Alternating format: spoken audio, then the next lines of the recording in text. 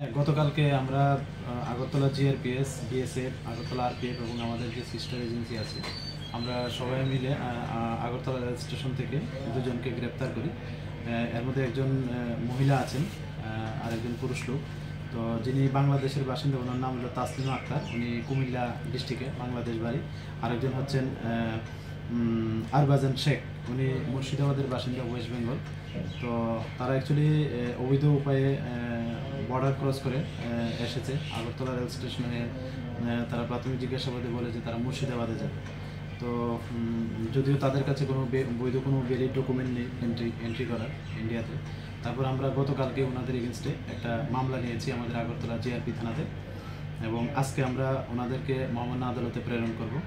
আর তাদের কাছ থেকে কিছু ইন্ডিয়ান কারেন্সি এবং কিছু বিডি ডকুমেন্ট পাওয়া গেছে, বাংলাদেশি ডকুমেন্ট, এগুলি আমরা দেখছি খতিয়ে।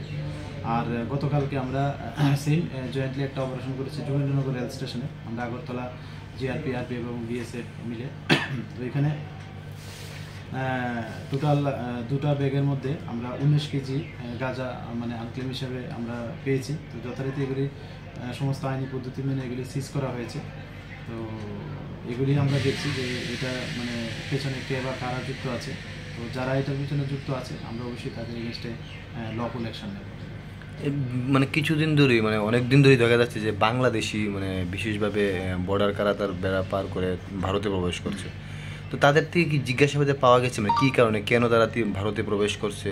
মানে অ্যাকচুয়ালি যে গতকালকের এটাও মানে তারা প্রাথমিক জিজ্ঞাসাবাদে বললো যে তারা কাজের সন্ধানে এখানে যাচ্ছে আর কি, এবং কাজের সন্ধানে ওই যে মুর্শিদাবাদের বাসিন্দা ওনাকে নিয়ে যাচ্ছে। তো আমরা দেখছি ব্যাপারটা, আমরা তো ইন্টারোগেশন মানে চলছে এখনো, আরও মানে ফার্দার ইন্টারোগেশন করব। আমরা রিমান্ডও চাবো মহামান্য আদালতের কাছে, দেখে আরও কি বেরিয়ে আসে আর কি। ভারত তথা ত্রিপুরার কোন দিকটাতে বেশি ইউজ করে তারা উঠছে? এটা তো এখন তদন্তের সাথে এখন বলা যাচ্ছে না আর কি। হ্যাঁ, এটা আমরা দেখছি। Thank you.